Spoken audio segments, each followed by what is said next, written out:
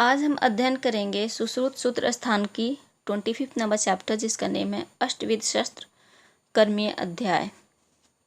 इस अध्याय में बेसिकली अष्टविध शस्त्र कर्म के बारे में बताया गया है, यानी कि अष्टविध शस्त्र कर्म का प्रयोग बेसिकली बताया गया है, किन व्याधियों में किया जाता है। और सेकेंड चीज़ सीवन के प्रकार बताए गए हैं। और थर्ड मर्म के विधि के लक्षण बताए गए हैं। और मर्म जिन चीज़ों से मिलके बनता है, जैसे मांस रसनायु अस्थि संधि, इनके भी विधि के लक्षण बताए गए हैं।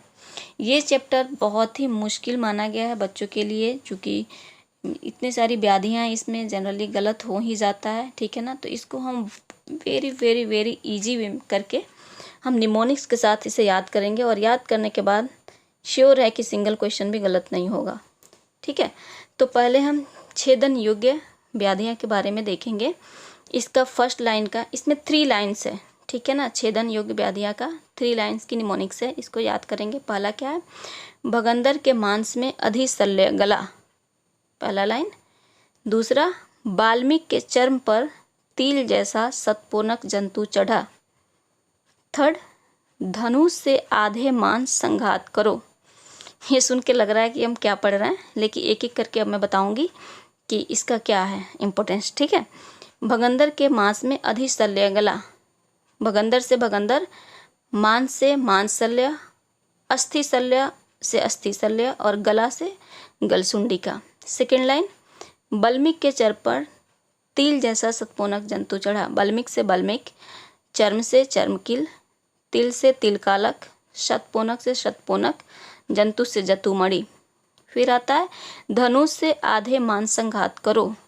धनुष से अधरुष लेना है, आधे से अधिमांस, और मांस संघात से मांस संघात लेनी है। इसके अलावा बस एक और व्याधि यहाँ पे लर्न करनी है, स्नायु मान सिरा कोथ। बस ये इतनी ही व्याधियाँ है हमारी जो मोस्ट इम्पोर्टेंट है। छेदन योग्य व्याधियाँ, ऑलमोस्ट सारी व्याधियाँ इसमें आ गई छेदन योग्य, ठीक है। अब एक पॉइंट और हमें याद करना है, जो छेदन और लेखन के दोनों क्रियाएं की जाती है। कुछ व्याधि ऐसे है जिसमें छेदन के साथ साथ लेखन भी होती है। इसका निमोनिक्स क्या है? मांस कंद को छोले से अर्स हुआ, यानी मांस कंद कोई एक लड़के का नाम है जो छोले खाने से उसको अर्स हुआ, ठीक है। मांस कंद को छोले से अर्स हुआ, तो मांस कंद छोले, यानी कि छेदन और लेखन ये लेंगे। अर्स हुआ, अर्स से अर्स, यानी कि छेदन और लेखन योग्य व्याधियाँ बस 2 है, मांसकंद और अर्स। तो इसको कैसे याद करना है? मांसकंद को छोले से अर्स हुआ, ठीक है। सेकेंड आता है, कुछ ऐसी डिजीज है जिसमें छेदन के साथ साथ विश्रावण क्रिया भी होती है, तो इसको कैसे याद करेंगे? छवि के उपदंश में अर्बुद, ठीक है। छवि, छेदन और विश्रावण किसमें? उपदंश और अर्बुद में, छवि के उपदंश में अर्बुद। सेकेंड, अब टाइप्स के हम व्याधियाँ पढ़ने जा रहे हैं। पहला तो हमने पढ़ लिया छेदन योग्य व्याधियाँ, और इसके साथ साथ छेदन लेखन योग्य देखा, छेदन विश्रावण देखा। अब सेकेंड में वेदन योग्य व्याधियाँ, इसमें भी 3 लाइन की निमोनिक्स है, जो कि सारी व्याधियाँ इसमें कवर हो जाती हैं, और कभी भी गलत होने की कोई गुंजाइश ही नहीं है अगर ये निमोनिक्स याद है तो, ठीक है। मेदोज रोग तथा परमेह पीड़िका में व्रण शोफ की वृद्धि से स्तनों में पक्व व्रण हुआ। ये पहला लाइन क्या? ये मेदोज रोग तथा परमेह पीड़िका में व्रण शोफ की वृद्धि से स्तनों में पक्व व्रण हुआ। मेदोज रोग एज इट इज मेदोज रोग हो गया, परमेह पीड़िका एज इट इज जैसे ही, व्रण शोफ, वृद्धि को वृद्धि रोग, और स्तन से स्तन, और पक्व व्रण से पक्व व्रण। बिल्कुल इसमें कोई मॉडिफिकेशन नहीं है, जैसे समझिए कि हम डिजीज वाइज एक लाइन प्रिपेयर किए हैं, ठीक है। सेकेंड में क्या है? अनुशयी वृंद के पप्पू गीले, ठीक है। अनुशयी से अनुशयी, वृंद से पक्व वृंद, पप्पू से 2 चीज़ें, दंत पुप्पुट और तालु पुप्पुट, और गीले से गिलायु, ठीक है। थर्ड लाइन की निमोनिक्स क्या है? अलजी और रुद्र पुष्प को कुंभी में असमरी से तुंडी केरी का वेदन करती है, ठीक है। अलजी कोई एक लड़की है, ऐसे ले लें, अलजी और रुद्र पुष्प को, ठीक है ना, कुंभी में असमरी से तुंडी केरी का वेदन करती है। अलजी से अलजी, और रुद्र पुष्प से औमंथ, पुष्प औरुद से औमंथ, पुष्प से पुष्पकारिका, कुंभी से कुंभिका, अस्मरी से अस्मरी, तुंडिकेरी से तुंडिकेरी, भेदन से भेदन करती है। ठीक है ना, इसमें भेदन कर्म होता है। फिर हमारा सेकेंड देखते हैं, कुछ ऐसी व्याधियाँ हैं जिसमें भेदन के साथ साथ विश्रावण भी होती है। ठीक है, तो भेदन के साथ साथ विश्रावण वाली कौन सी व्याधि है, इसका निमोनिक्स का लाइन क्या है, बिचारी क्षुद्र बीमा बेचारी क्षुद्र बीभा के दंत पुप्पुट से स्तनों में विद्रधि एंड विसर्प हुआ। ठीक है, बेचारी विचर्चिका कोई एक लड़की है, क्षुद्र बीभा छोटी है जो कि, बेचारी क्षुद्र बीभा जिसका नेम है, दंत पुप्पुट से स्तनों में विद्रधि एंड विसर्प हुआ। ठीक है, तो बेचारी विचर्चिका, क्षुद्र से क्षुद्र रोग, बीभा विश्रावण एंड वेदन। ठीक है, वेदन कर्म कर्म होगा इसमें, दंत पुपुट से दंत पुपुट, स्तन से स्तन रोग, विद्रधि से एज इट इज विद्रधि एंड विसर्प से विसर्प हुआ।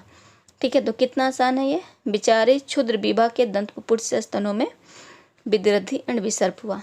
थर्ड अब हम देखते हैं लेखन योग्य व्याधियाँ। इसकी बस एक लाइन की कोडिंग है और निमोनिक्स है जो कि सारे डिजीज में आ जाते हैं इसके। वर्त में रोहिणी जिह्वा से कुष्ठ एंड किलास में दंत लेखन करती है। वर्त में रोहिणी जिह्वा से कुष्ठ एंड किलास में दंत लेखन करती है। वर्म से वर्तमागत, रोहिणी से रोहिणी, जिह्वा से उपजीविका अधिजीविका दोनों लिया गया, कुष्ठ एज इट इज, किलास एज इट इज, दंत से दंत वैदर्भ लिया गया, लेखन कर्म होता है इसमें। ठीक है, इसके बाद हम 4th नंबर में देखते हैं वेदन कर्म यानी पंक्चरिंग जिसमें होती है। इसमें बेसिकली 2 ही डिजीज है, एज इट इज याद करना है, जो जलोदर दकोदर भी बोलते हैं, और मूत्र वृद्धि। ठीक है, एशन कर्म प्रोबिंग, इसमें भी 2 ही हैं, शल्य नाड़ी और उन्मार्गी व्रण, और आहरण कर्म योग्य जो अस्मरी मूलगर्भ, ये हमें पहले से याद रहता है, त्रिविध शर्करा, दंत शर्करा, मुंह शर्करा और पाद वाला हो गया, मल दंत और कर्ण का मल का आहरण। ठीक है, इसके साथ साथ कुछ ऐसी व्याधियाँ हैं जो आहरण के साथ साथ भेदन भी होती है, वो सिर्फ एक अस्मरी है, आभेदन करें अस्मरी से, या आभेदन करें अस्मरी का, ऐसे बोल सकते हैं। तो आहरण और वेदन जो दोनों क्रिया होती है इसमें अस्मरी होती है। इसके बाद से सीवन कर्म में सद्धोवरण, इसमें कोई निमोनिक्स नहीं है, यानी कि वेदन, एशन, आहरण और सीवन, ये 4 ऐसा कर्म है जिसमें बिल्कुल नॉर्मल इजी डिजीज़ है। ठीक है ना, जो हमें पहले से ऑलरेडी याद ही रहते हैं, तो इसका कोई निमोनिक्स नहीं है, और बहुत कम डिजीज में सद्धोवरण, चल संधि व्रण और मेद समुद्र विकार, ये सीवन कर्म में बताए गए हैं। ठीक है, विश्रावण क्रम में और फिर से आता है हमारा 3 लाइन की क्या है, निमोनिक्स है। पहला क्या है, सालू का वेस्ट हुआ तालुकंटक। सालू कोई लड़का है जिसका वेस्ट हो गया क्या, तालुकंटक, तालु के ऊपर की जो पार्ट है तालुकंटक। ठीक है, तो सालू क्या, सालू गल सालूक, वेस्ट दंत वेष्टक, और तालुकंटक ही तालुकंटक। फिर सेकेंड नंबर, सीता के ससुर को ओष्ठ में कृमि से उपकुश हुआ। सीता के ससुर को ओष्ठ में कृमि से क्या हुआ, उपकुश जैसा बीमारी हुआ। ठीक है, सीता सीताद, ससुर सौशीर्य, ओष्ठ से ओष्ठगत, कृमि से कृमि दंत, उपकुशी से उपकुश। थर्ड लाइन की जो हमारा निमोनिक्स है, कुष्ठ और श्लीपद में सोप हो तो पाली में विश्रावण करना चाहिए। कुष्ठ से कुष्ठ, श्लीपद श्लीपद, सोप से सोप, पाली से कर्ण पाली। ठीक है, इन डिजीज में क्या करना चाहिए, विश्रावण करना चाहिए।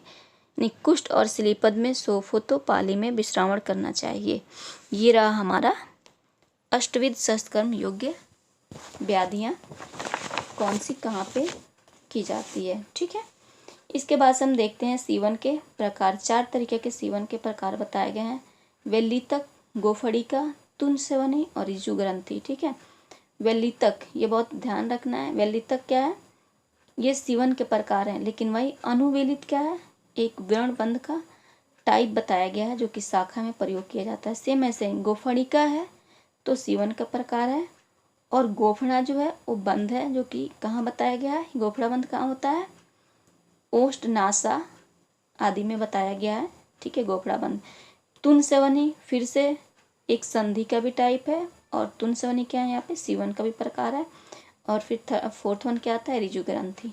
ठीक है, फिर सूची की टाइप्स बताई गई है, 3 तरीका की, 3 टाइप्स की सूची बताई गई है, वृत्त, आयत और धनुर्वक्रा। ठीक है, वृत्त 2 अंगुल की बताई गई है जहाँ पे अल्प मांस हो और संधि में प्रयुक्त की जाती है। आयता 3 अंगुल की हो मांसल प्रदेश में, और धनुर्वक्रा जो है वो मर्म और उदर प्रदेश में, फलकोश में भी धनुर्वक्रा को प्रयोग बताया गया है। इसमें क्या सीवन कर्म के 2 व्यापक बताए गए हैं, ठीक है, दुरात और सन्निकृष्ट। दुरात अगर दूर दूर हम सीवन कर्म करते हैं तो रुजा होगा, और सन्निकृष्ट में अवलुंचन, ठीक है। सीवन कर्म निषेध भी बताई गई है। सीवन कर्म निषेध किन जगहों पे बताई गई है? क्षार अग्नि विषजुष्ट व्रण, यहाँ पे याद करें हम, या क्षार अग्नि और विषजुष्ट कर्म जो है ये यहाँ पे बंधन भी निषेध बताया गया था, ठीक है ना। मारुतवाही व्रण में भी सीवन कर्म निषेध बताया गया है, और अंतर्लोहित जो शल्य है, शल्य व्रण है, उसको भी सीवन नहीं करना चाहिए। अब शस्त्र कर्म के व्यापक भी 4 बताए गए हैं, ठीक है।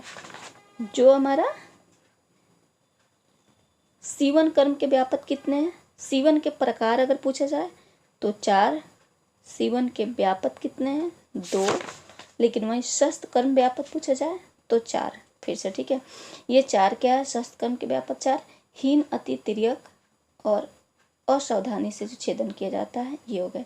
फिर हम देख रहे हैं यहाँ पे मर्म के विध के लक्षण, और जो चीज़ मर्म को बनाता है उसके विध के भी लक्षण, ठीक है। तो मर्म विध के लक्षण बताया गया, मांस उदकाभम रुधिरस्य, यानी कि जो ब्लड आएगा वो मांस उदक के समान आएगा वहाँ से, ठीक है। शिरा विध के लक्षण में बताया गया है, सुरेंद्र गोप प्रतिमम प्रभूत रक्तम, यानी बहुत सारे रक्त का स्राव होगा जो किसके समान होगा? सुरेंद्र गोप प्रतिमम, ठीक है। स से यहाँ पे क्या है?